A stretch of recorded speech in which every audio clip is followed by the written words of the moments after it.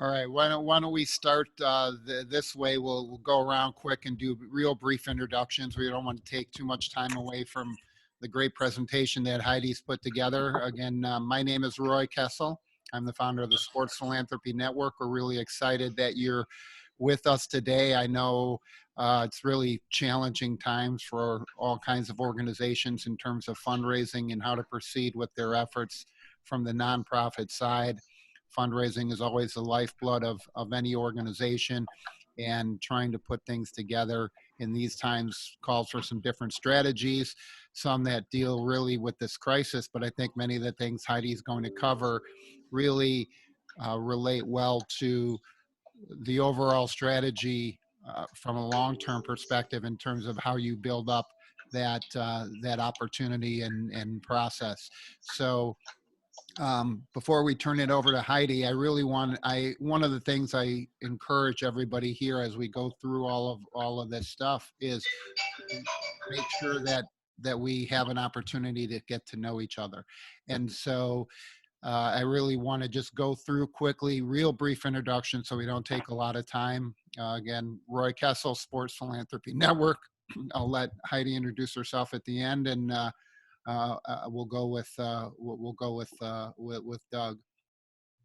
Doug Garner, University of Texas, Arlington. I've invited my dog JJ to join the meeting. She'll be hanging out most of the morning.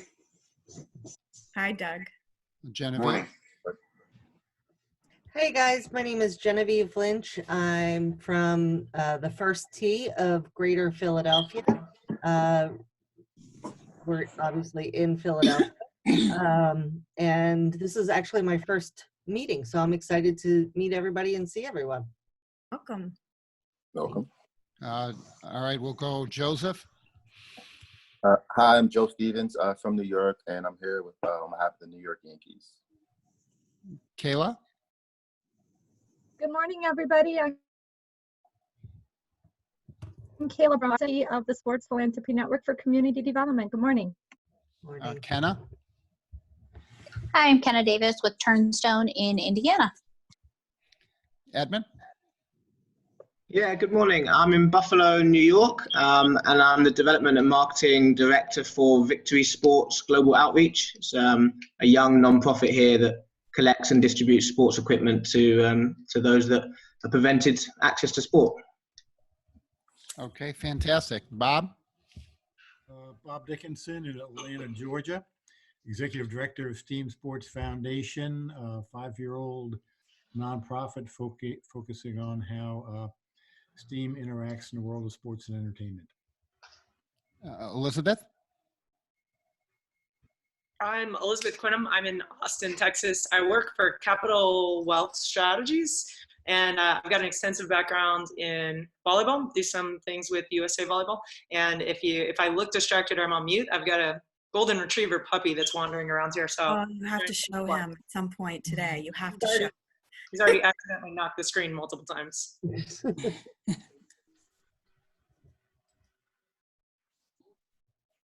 Okay. Where do we move? People moving. Andrea? Hi, Andrea from Chicago. I am from an organization called Peace Players, where we do try to unite divided communities through sports, specifically basketball. And yeah, I'm like you. I may have a little Shih Tzu walking in the background up and down. So I'll keep it on mute because she barks every time someone passes by the door. Oh, that's great. Okay, Colleen. Hey everybody, I'm Colleen. I recently founded a nonprofit just outside of Chicago, after school program with a platform of running and also combining academic support and mentorship from high school aged students. We started and got 2 days in before the school closures, and I was really hoping to use this summer for our biggest fundraising. So time to pivot and figure that out. Great. Hugh? Good morning, everyone. I'm Hugh Smith. I'm the Director of Regional Affairs for a nonprofit organization called Youth on Course. We're based out of Northern California in Monterey, and our business model is one where we, golf is very expensive, and one of the barriers is the cost to play a round of golf. And so we subsidize golf for young people. So they pay a fee and we pay a subsidy to golf courses for every round paid or played. Sorry. Fantastic. Nick? Hey guys, my name is Nick from New York, also on behalf of the New York Yankees. Great. Thanks for joining us. Brad? Brad Edmondson. I am the Director of Athletics Development at Ball State University in Muncie, Indiana. Great. The actual Dave Sibelman? How's it going, guys? I'm Dave. I'm with the New York Yankees. I oversee our group sales department. Terrific. Alana? Hi there. My name's Alana. I work with Girls in the Game in Chicago. Mary?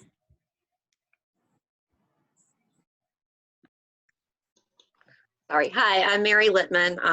I run a small foundation right outside of in the Atlanta suburbs called Haas Foundation, and we award need-based scholarships to kids to play sports in our community. Terrific. Thanks for being here. Slade, you're on deck. You're up. Nice to see you. Hey, good morning, Roy. Yeah, Slade Larscheid, the major gifts officer at South Dakota State University in Brooklyn, South Dakota. Terrific. Thanks for being here. Amy?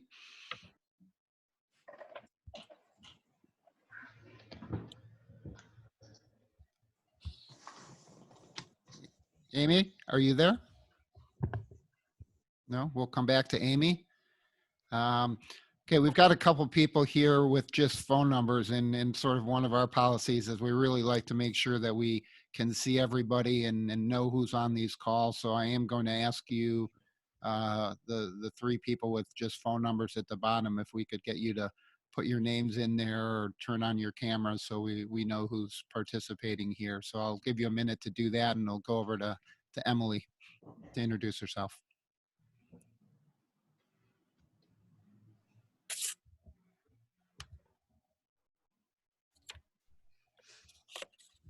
Oh, Emily? Okay. She's not there yet. Amy, are you? Grab a cup of coffee.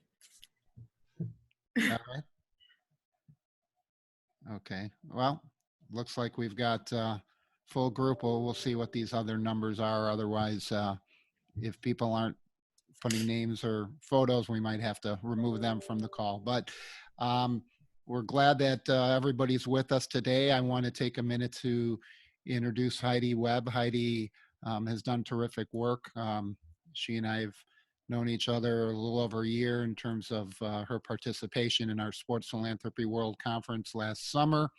That conference just right now is sort of up in the air. It's scheduled at the end of June, and we'll have to see whether we shift dates or turn it into a virtual event. Obviously, we're going to see what happens here in August, but we'll keep everybody updated on how that is progressing. Heidi really specializes in putting together fundraising campaigns and truly rolling up her sleeves and diving in with organizations. I've seen a lot of consultants over the years that run around and give what I call just sort of canned presentations about fundraising to organizations. And they then walk out the door and leave everybody to fend for themselves without a lot of direct support. I think one of the things that sets Heidi apart is really her ability to dive in and understand every aspect of what goes into fundraising, including the things relating to the technology and relating to the donor management systems, relating to the communications. And so I think Heidi does a fantastic job entering all of those spheres. And I don't want to take much time away from her. I want to give her that opportunity to take over the screen. You should be able to do that now, Heidi, and put the PowerPoint up and start your presentation. We will leave the chat open if people want to put any information about their organizations or any resources that you're interested in sharing. Feel free to put that up there and let everybody know who you are and things like that. All right, Heidi.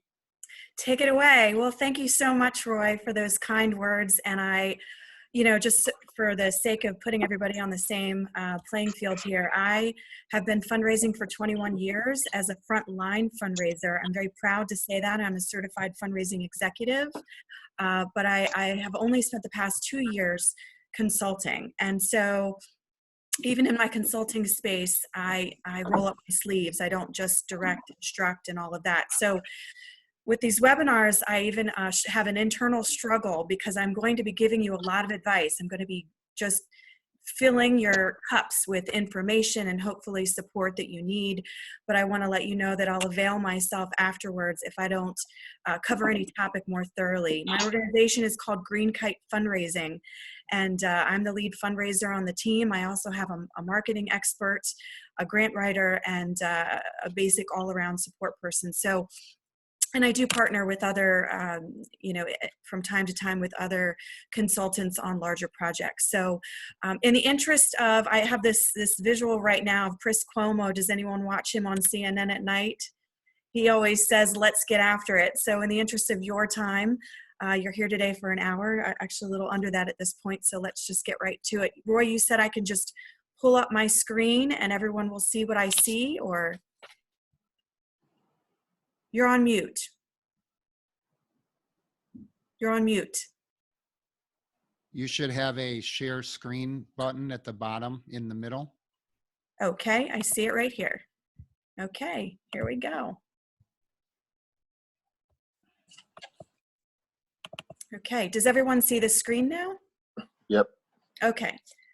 Yeah. All right, so the 5 myths, I want to go over those. I think they're really important right now. And please take an exhale for those of you who are fundraisers. I feel that when I see folks, their shoulders are higher and their stress level is too. And I hope today that we, let you exhale a little bit. So the first one, people don't have money to give. I'm not going to say in a Pollyanna way that there isn't some hardship right now in throughout our community, throughout our world, but there are people who give. In fact, I was on a phone call yesterday for my Rotary Club. I'm a Rotarian. For those of you, I don't know if anyone on the call is engaged at all with Rotary. And if you're not, go speak to your local Rotary Club. There is money in Rotary and they want to give it away. So there's your first tidbit. But I'm on the call, it's an hour call, and in 15 minutes we invited the executive director of a nonprofit just to share what COVID-19 looks like for him and his organization. And before the call was over, a retiree who in that 15 minutes felt engaged with his mission said, give me a call, I have a family foundation I'd like to give. So these things happen more and more, and I'm seeing it. So I don't want you to walk away feeling like I don't think that there's any. Yeah, I'm on my webinar now. Thanks for joining us. Okay, so we all hopefully are using LinkedIn. We have the proverbial Rolodex in our lives, our nonprofit database. Look for companies that are in the IT space or the streaming space. Zoom has gone up something like 35% in the past month, which is really, really good. So obviously you're not going to all the media outlets right now, or the restaurants or industries that are strapped or severely affected by this pandemic that we're in, but there are companies, do your research, that are doing well. Actually, some better than they were before. Myth number 2, I can't ask people for money right now. Since when is it deemed a bad thing to ask people for money? And I wonder sometimes if that's, your own insecurity about what's going on. You have to ask. And I'll tell you, one of the fundraisers in my network, I have a closed group network on Facebook. I can share that with you later. But she said she made 90 calls and texts in the past week. This was last week that she did this. And 30 of the 90, so that's about a third of the people that she reached out to made donations, which was wonderful because she did what's called a soft ask in this space. In other words, she didn't come in hard and strong. She asked the right questions. How are you doing? What's this pandemic like for you? Well, let me share what's going on at my organization. So let's look at myth number 3. Your organization doesn't serve an important need. So do any of you feel that way, that right now we're not important? It's just all about the healthcare workers? Just show me a little hand there. So here's the deal. If you were important before, you're important now. It's really finding out what aspect of your organization might be better explained differently now that we're in this space. So I'll give you an example. A lot of you came on and said you're with youth serving organizations, and some of you are with sports youth serving organizations. Well, spend no more than 5 minutes on the CDC website, and on it they will say to you that the trajectory of the health of our young people is at stake right now, and it was at stake before the pandemic, because young people are not living as healthy as they should. Youth sports is not as accessible as it should be to all, in all areas, in all communities, and to people of different coming from families of different financial means. So now more than ever, what we're learning through this pandemic is you have to the preventative thing that you can do for yourself and your body is to come at it in a healthy way. So my mindset is that health and youth health is more important than it ever was before. Let's look at arts organizations. I have a client who they got very panicked because they work within the school system, and all the schools are shut down here in Maryland. They're not going to school, and they don't think that they will through the end of the year. So they are doing some really, really cool things. They did a course correct very, very fast, and they've been very creative. I guess it's the artist within them, but they're doing online learning all week, free from K through 12. They're peppering in opportunities to give within these offerings. They're also going to start for the next month doing a online gaming night through a company called Game Genius. If you look them up, Game Genius right now, they didn't before, is giving away their platform for free. So you can charge a ticket price to play everything from, Scrabble to Monopoly. And it's a really cool bonding experience as well. Myth number 4, donors don't want to hear from you. They actually have to hear from you. What you don't want to do, fundraisers in particular, is go offline. Assume that, they're too busy, or they're too worried, or they're in healthcare. I don't want to bother them. What you don't want to do is wait until July, August, September to then swoop back into their lives and share what it is that's been going on in your world. I would call them now if you haven't already. And I know that you've heard this before, so it's possibly a repeat for you, but it is absolute fact. Let me go back to that example I used earlier about the fundraiser who contacted 90 people and 30 responded with a donation. Let's talk about the executive director who took 15 minutes of his time to join into a Rotary Club meeting, a virtual one at that, and is going to walk away. And I know this donor is probably going to walk away with a 5-figure gift at the end of that 15 minutes. So that now is not the time to get quiet. Now is the time to share. And when you do share, although this webinar is not about communications or marketing, I know we have someone in marketing on the call, and I would love to hear from him as well. But you want to steer clear from words like panic and we're going to go under, or the sky is falling in any way, shape, or form. And those things may be true to you, but people don't typically respond to that necessarily. You may have a few core donors that you can call offline and have a very in-depth conversation and share some of your anxiety, but think about it. For those of you who've done sporting or you've bet on something in your life, you want to bet on a sure thing. So you still want to represent your organization and yourself as positively as possible. Be the lighthouse in a storm that's just raging around you, and people will naturally gravitate towards you. Myth number 4 is one of my favorite to dispel. It's the only grants left are emergency services. Sure, There are organizations who have said, you know what, we're going to save our money this grant round, or we're going to save our money in general until we disclose later that things will go back to normal. But I'll tell you what, there are a lot of organizations that are saying, come on in. In fact, we'll make the grant process more streamlined, we'll respond more quickly. What I would suggest, again, is to get on the phone with those foundations and ask them, what is it like for you right now? What is your grant system like? One of my clients in Baltimore contacted a foundation that had just posted on their website, we're freezing this whole thing. We can't go forward. She picked up the phone and called this foundation and said, we were almost done with our grant. We were about to submit it. Remember that great conversation that we had 3 months ago? We'd worked really hard to put this together. And she said, I'll accept. So had she just looked at the website and walked away, she would have not been privy to those funds. She would not have access to that wonderful opportunity. Grant opportunities come in the form of, for those of you who haven't done a lot of grant research in the past, the Foundation Center is the best thing going in my book.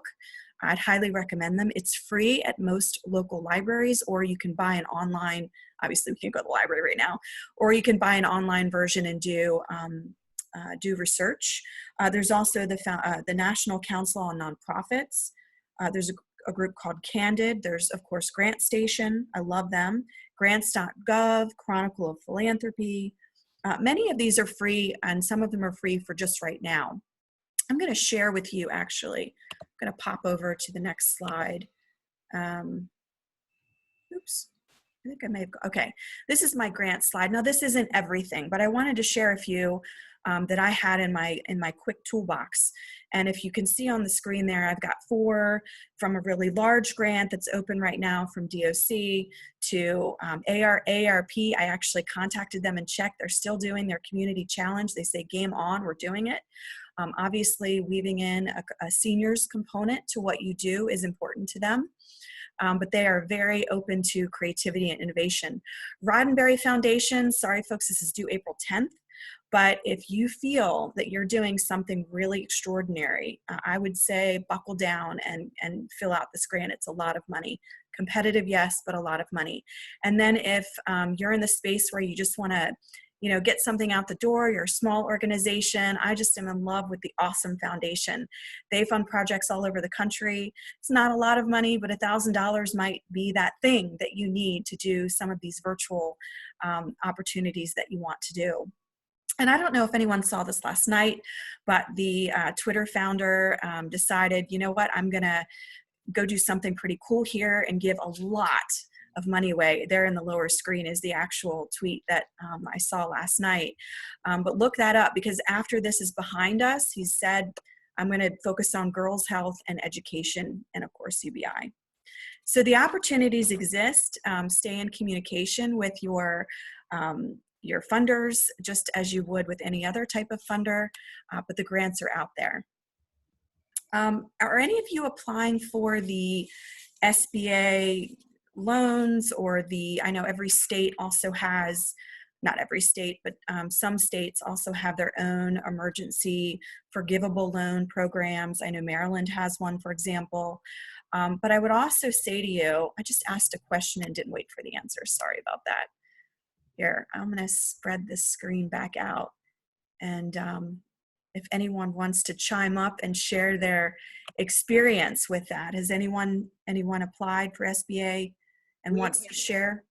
Sorry, Heidi, to interrupt. In our office, we've had some extensive conversations about it. We've got a couple of people that are plugged in to some different organizations. So for sure, we've helped more than a few of our clients, because that $10,000 loan's forgivable. So we're trying to make sure clients are educated on how they can get that and how they can help.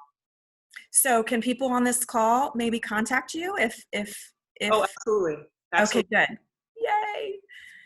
Also, folks, check every community, small, large, city, suburb, has a community foundation attached to it. Find yours today, if you haven't already, and reach out to them, because a lot of these community foundations are doing $5,000, $10,000 grants to get nonprofits by, and many of them are being very liberal about what you use those funds for, general operating, staff salary, whatever it is. So check with your local community foundation too.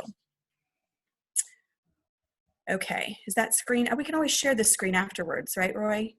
Yeah, the slides, we'll put the slides up when we post the video from today. So that'll be on our page by later tonight. We'll have everything posted. Okay. All right, great. All right, platforms, not the shoe, but wasn't that cool to put the shoe? I just love the shoe. I couldn't wear the shoe, but I love the shoe. So platforms, this is really important. Actually, I can't see the whole list here. Let me move my screen.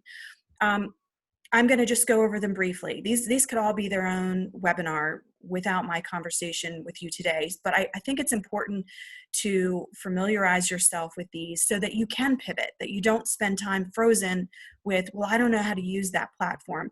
I won't go step by step, and you'll probably want to kill me for that, because I'll hit one that is really intriguing to you, but I'm happy to. You'll have my contact information at the end, but let's go through them. So Facebook Live I only recommend if you already have a huge Facebook following.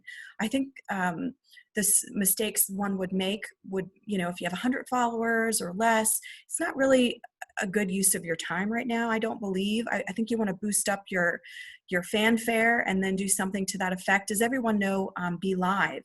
It's a great app. And so right now there are several of us on a screen. I know we all see our screens differently, but Be Live is the same thing. It's a Facebook Live, but you could be here and your client, the person that you're serving, the child that's missing out on the opportunities, the owner that's fostered the pet, whatever it is, your puppy golden retriever. You have two screens and both screens show live. So that's a really great app to use. Twitch. The next one is mostly a gaming. I don't know if anyone's familiar with Twitch, but gamers go on and hundreds of thousands of people watch them as they, play video games. And I have a client in West Virginia who raised $100,000 via Twitch. Now, they were able to, one of their staff members is a heavy gamer and was able to reach out to one of the gamers who is on Twitch, and this person said, I'll give you a day, I'll play, and people can give anywhere from 25 cents to, $100 if they want. And that's really what it looks like. It's the amount of time that gamer's online, they're raising money for your organization solely. So something to look into. YouTube, we all know YouTube, right? Because it's the place to go for videos for the most part. But YouTube also has a back end to it that a lot of nonprofits are not as familiar with. So that's why I included them on this list. You can actually do on the back end, video editing, you can add music, you can really get creative. You can even have, subtitles underneath your video in different languages, whatever it is that allows you to reach out to more people through video as a component. So I just love YouTube. The list goes on and on. If you have the time, I would do some free tutorials to learn how to better capture all of the benefits of YouTube. Zoom, we know what Zoom is. We're on Zoom right now. And Zoom is great for parties. So I just wanted to point out the happy hours are a big thing right now, having virtual happy hours. But one of the things that I've seen missing is any kind of fundraising component with the happy hours. So I found this wine company called One Hope, and they will actually deliver a bottle of wine to all of the participants of your happy hour. And you can do a virtual wine tasting. You could do, just that bottle as a gift to your supporters. And of course, I'm always thinking fundraising. So while it's good to do happy hours, I would like to see, organizations utilize the opportunity to ask for a gift. There should always be some sort of call to action, even if it's just to help. If you're already on Amazon, I know it's, for some, it's a great resource. I know it's not on this list here, but the wine party made me think of this. Amazon, you can make wish lists. So things that you would normally raise in kind, anything from soccer balls to gift cards even. You can create a wish list right now so that your donors can, in a hands-free virtual world that we're in, they can go online, they can use Smile Amazon, so you'll even get a portion of the sale, and your wish list item gets mailed right to you. So that's a good one too. Virtual conferences. A lot of people are talking virtual conferences, and I've looked at a few. I'm sort of landing my energy on InExpo for the larger conferences and those that have multiple rooms. So in other words, it doesn't look like this. You know, it doesn't look like Zoom. We're all getting together and talking. Some people are, you know, you can't see their faces, and some people are, you know, doing whatever.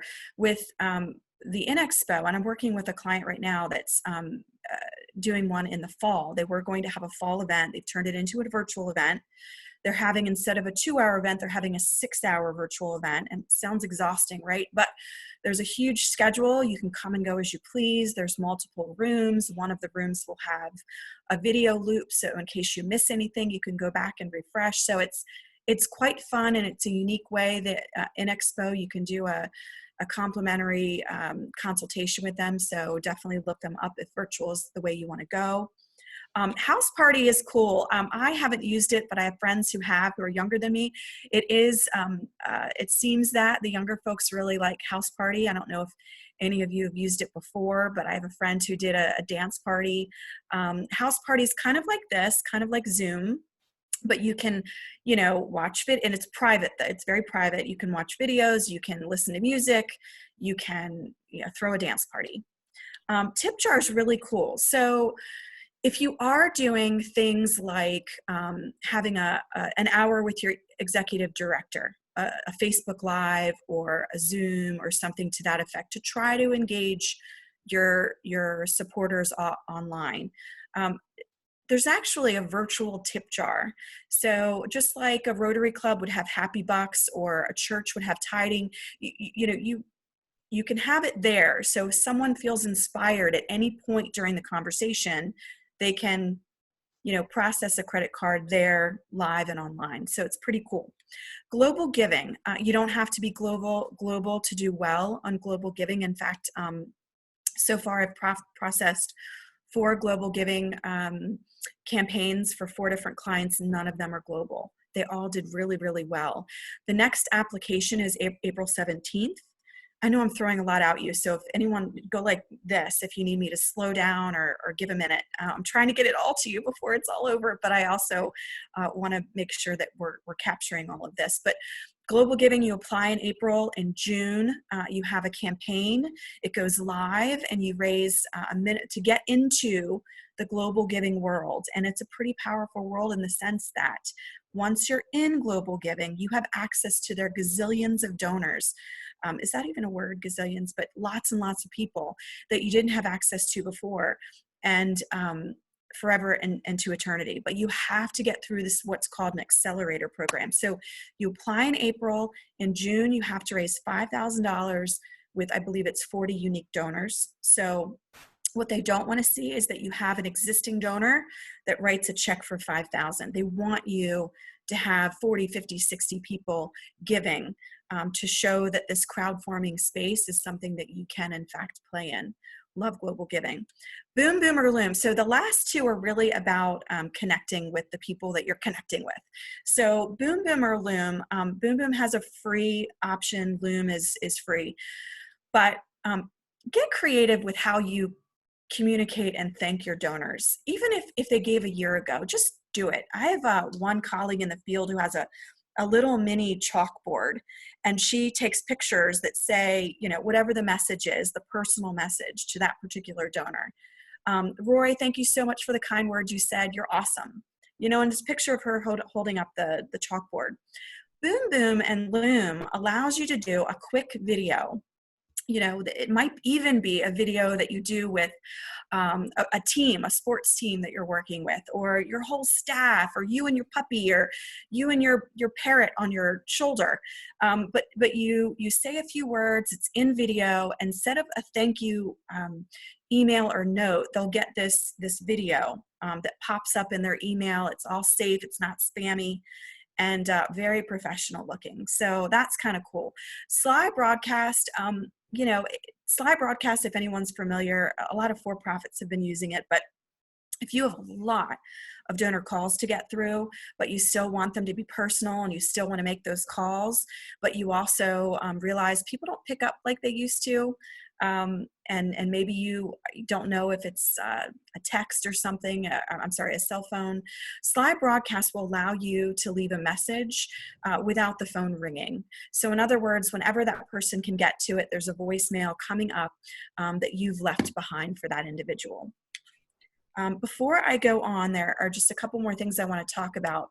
Do you have any burning questions about technology at this point?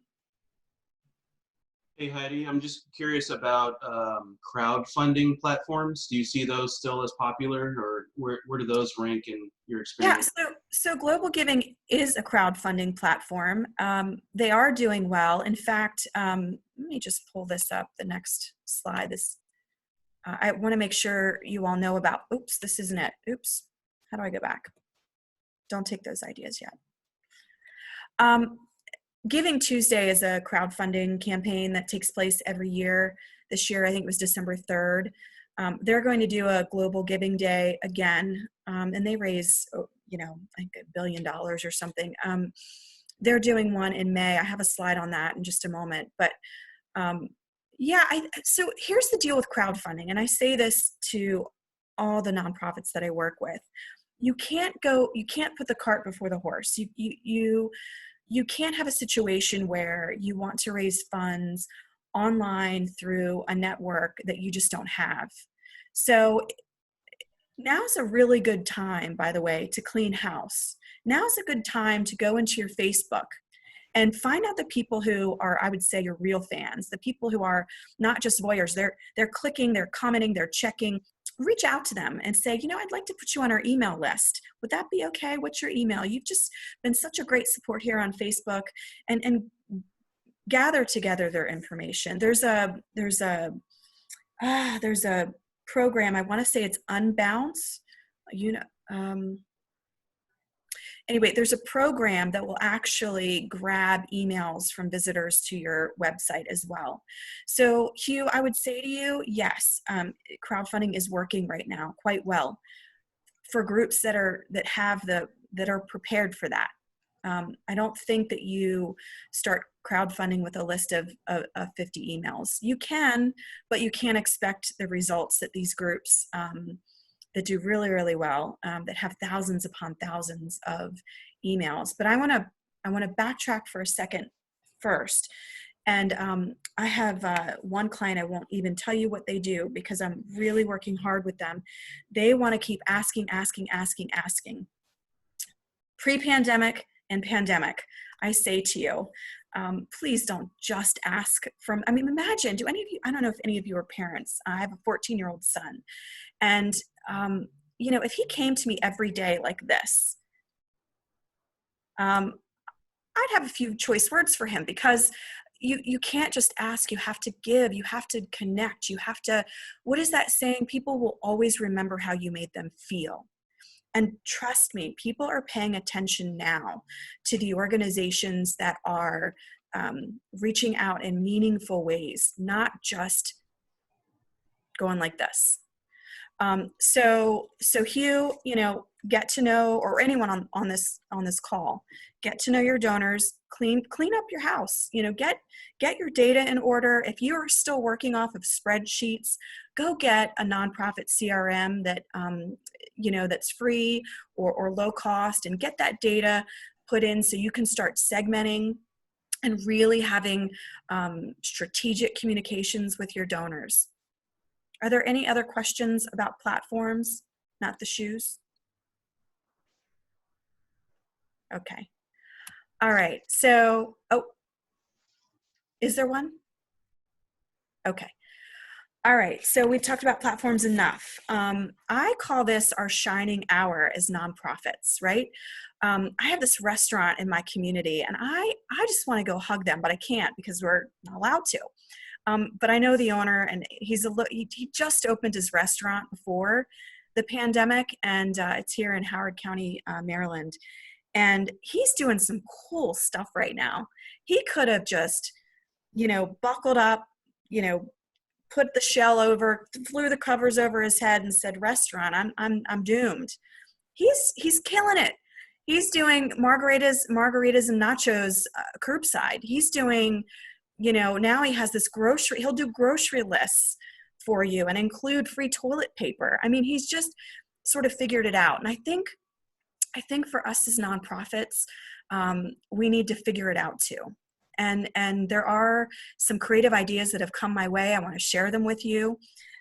One, obviously, there are a lot of virtual runs now, virtual walks. My son, he's 14, he's participating in a virtual marathon. He'll actually get a medal. He won't do the full amount in one day, but he'll still get the medal. It still qualifies, but he still had to pay. Someone's making money still, this charity. So drive-in theaters. Now, this is just a random idea. Maybe you have to pin this because I know a lot of states are completely on lockdown. But before we got to that point, I thought, wouldn't it be cool? Everybody stays in their car, right? And pays to be able to watch this movie or this whatever during this pandemic. Happy hours, they're big. I mentioned that group. You deliver some wine. Make it one step different and one step more interesting than your colleagues. Of course, there's online events. I mentioned the game night. I mentioned, oops, I did it again. That's okay. We'll just stay on this slide because I definitely want this to be there for you. Oops, I'm really not doing well with these. Oh, bedtime stories. They're big right now. You've seen the celebrities reading the bedtime stories for children's hospitals and the like. I have a nonprofit that did, there was a World Storytelling Day last week, and they had their version of a local celebrity read their favorite childhood book, which was really cool. Does anyone have any burning ideas or unique ideas that you want to share? Something that you're thinking of and you want to maybe vet it by this group first? Yes, it's funny timing. I've literally just typed into the chat something that came up. Like this morning, I was speaking to my boss, the founder, and we've got 250 jump ropes that we want to distribute in the community. But we're very mindful of encouraging anyone to break any lockdown and those guidelines. So we're thinking perhaps of tying them to trees and putting them on social media to say, as part of your walk, one walk a day, or to get the grocery stores involved somehow. But I'm open to all ideas afterwards about how we can do that to try and get them to kids who don't have like a big backyard or any space to do sport and activity, but can maybe, play around with a jump rope in the front room with that and maybe trash some of their furniture by accident. But that's one thing that we've been thinking of this morning. So I love it, Edmund. Now, here's the funny thing. I don't know if, everyone, I assume at this point, unless you're just, I don't know, everyone heard of the Ice Bucket Challenge, right? And I don't know if a lot of people know this, but it was 2 years before it actually got legs and started running and making lots and lots of money for the organization. So if you do something creative, just remember to stick with it, Edmund.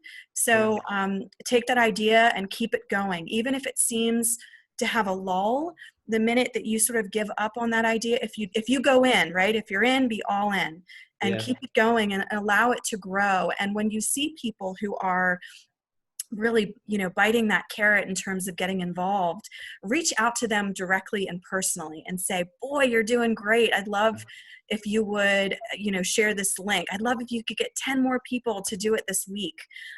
We'll feature, whatever it is, I think it's really cool. And I think to allow different communities to get the whole family involved. I mean, imagine dad, jump roping or mom jump roping and it could be fun and funny. Get the puppies jumping over the little, whatever it is. I think you could have a lot of fun with it and come up with a cool name. Have you thought of a cool name for it?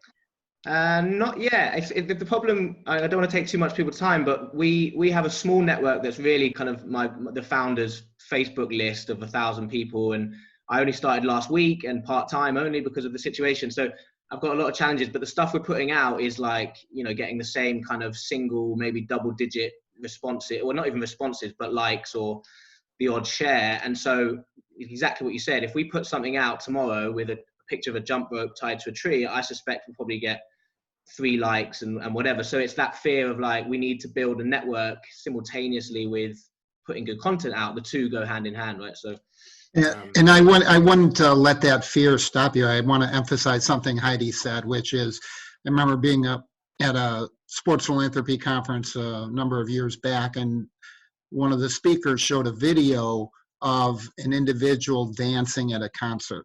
It was like an outdoor concert festival. And this one individual danced on their own for about an hour and a half. He's just dancing the whole time. And then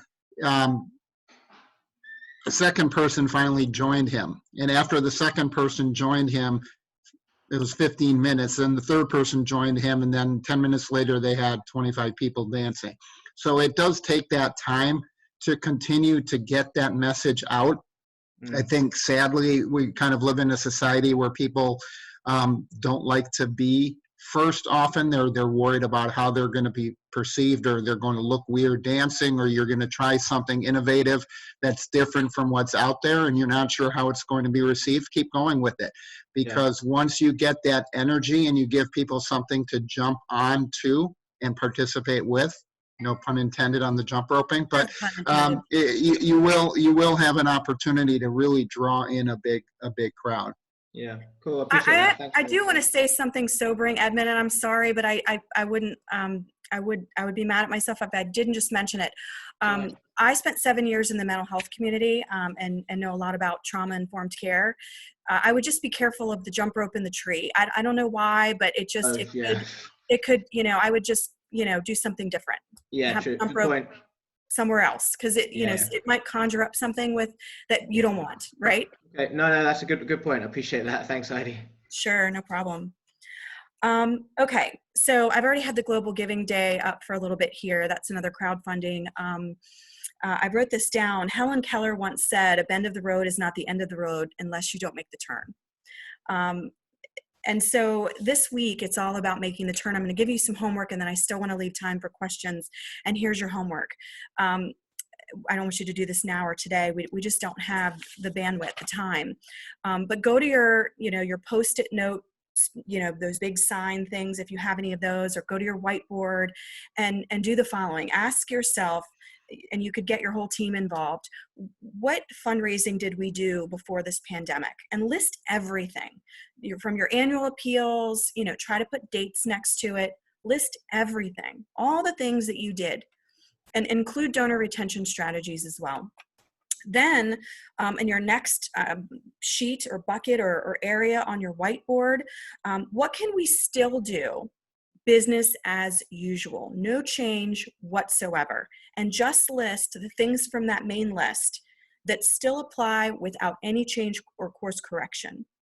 Then I want you to do, what can we still do, another sheet, what can we still do, but just a little differently? So in other words, conference going virtual. And then lastly, and sort of with the jump rope idea, and I don't want you to skip, it's like when you're reading a book, I don't want you to go to the end. Start and do this in this order, because your last one is, you'll have thought about this so much on this journey.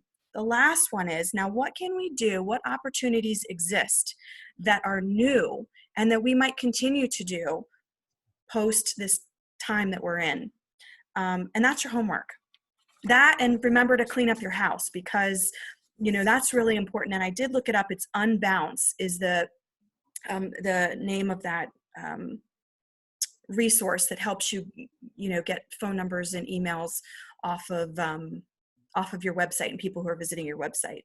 And so speaking of your website, audit your website. Go to your website right now, each and every page, check the links, go to your social media sites. Ask yourself, if I were visiting, am I interested? Is it colorful? Is it appealing? Or ask a friend who's at home. Heck, ask a college student or a high school student who's just dying to fill their time with something more interesting than what they're doing.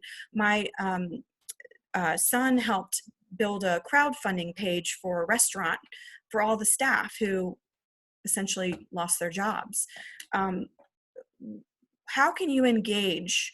There's a book out there, it's called Better. I'm not sure I recommend you read it. It's not that you couldn't or wouldn't, but if you want to, you can. It's called Better, and of course, I can't think of the name of the author, but it's a surgeon who years ago wrote a book called Better, and in it he has a whole way of re-engineering what surgeons are taught in school, where at the end of every surgery, whether it was successful or not successful, he sits everybody down and that's the short of it. This is a very technical book, but he talks about what could we have done better. It's great, the patient's living, they're not going to die, but what could we have done better that we couldn't see when we were in the midst of it? Back in the recession in 2008, I was raising funds for a nonprofit. They had just broken ground on a new building, building it from scratch. I remember, I'll never forget, the shovels to the ground, and we're taking the photo with the local media. We're going to build a building in the middle of the recession. We're going to raise funds. And we did. The building's there. It's a youth activity center. It's wonderful. But we had brought all the staff together and said, what can we as a staff do better? What talents, for example, exist so that we don't have to cut people's jobs or furlough or fire? How can we re-engineer the jobs that people are doing based on the talents that they have within them? So I guess I'm challenging you to do that too, to just find ways to do it better in this time that we're in. Okay, last slide.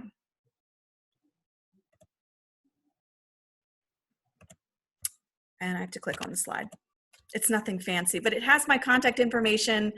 This is the end, but we have time for questions. So, Roy, I don't know, should I go to the chat box? Have you been monitoring that? Do we just yeah, open it up? if you've got questions, you can put them in the chat box, or if you want to ask directly, feel free to do that.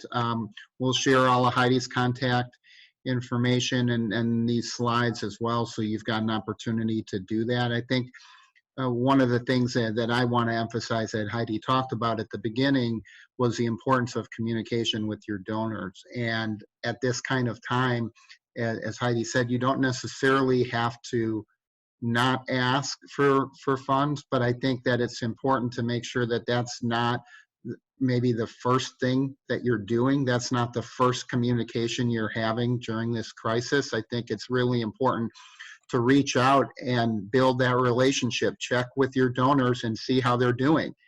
Look at them and say, how are you handling this? How is your family handling it? Is everybody healthy? I think when you show that you care about them, that builds up that strength and that relationship. And what we've seen with organizations is if they do two things. One is ask about the donors and show that you care. Number two is articulate for them what you are doing as an organization with this time or during this crisis. Let them know that you have a plan and that you're working on things, even if they're not ready to unveil yet. Heidi gave you some great questions to ask yourself. You may not have the answers right now, but certainly as an organization, if you're working towards those things, if I'm a donor, I want to know you're putting this time to good use. And what's been interesting, as Heidi said in her example, a lot of organizations are finding that when they call and articulate the additional need to their donors, and when they have these conversations without asking for money, that they're finding that many, or not many, but a decent percentage of the donors are making donations because they recognize it. Like, hey, normally I would give in the fourth quarter, but I understand that you've got greater needs now. Let me make a gift now, and then maybe I'll give another gift later. Or maybe they're just going to make their gift earlier in the year, which helps with cash flow and with all kinds of things. So when you open those doors to communication, I think it gives you a lot of opportunities to really see what's going on and to get a handle and make sure that you're keeping those lines of communication open. You know, I have to share a quick anecdote. I had a phone call last week, Friday, with a donor who is in an industry that's challenged right now. We ended up, the whole conversation turned on its head, and I ended up giving him business advice and he's creating a new business based on our conversation. And that felt really, really good. And so I feel confident that as this new idea that he's working on will grow, you know, he will remember that feeling, he will remember that conversation and give back to the organization that I was calling on behalf of. So I think it absolutely, Roy, is that, you know, human interaction. I don't think we can any longer live where we send out blanket emails or blanket communications. I think those days are behind us. We have any other questions or specific questions? You can either put them in the chat box or just ask away. No, nothing. Nobody wants to volunteer right now. Well, you can reach back out to me if you have further questions, and we can set up a time to talk with Heidi or reach to Heidi directly, whatever's easier from your end. We want to thank everybody for jumping on and joining in. We appreciate you being here. I encourage you to look at the other webinars that are coming up over the next few weeks. We've got some great sessions coming up that are very relevant and important topics. And I know that on Friday we've got a great session with Evan Schwartz from Century Media, who's really going to focus on how to use video productively and give you some great input in terms of what type of video you can do even internally in your organization to make a great impact without the need for outsourcing. And then when you do need outsourcing, talk about what kinds of materials and everything you need to have and how to be effective from a budget perspective in how you utilize that. So thank you very much to everybody for participating. If you have any questions, everybody can reach me. Feel free to reach out at any point. I'm pretty easy to find between social media, email, and the website. So just fire away. And Kayla's available as well to connect from a community development perspective, and make sure either one of us are available pretty regularly. And so would be happy to set up some time to talk and discuss the work that you're doing. We love to hear about what different organizations are doing, and go ahead and look at that schedule. And we hope to see all of you back here for some of our other sessions. Thanks for joining us. Thank you as well. Bye. Good luck.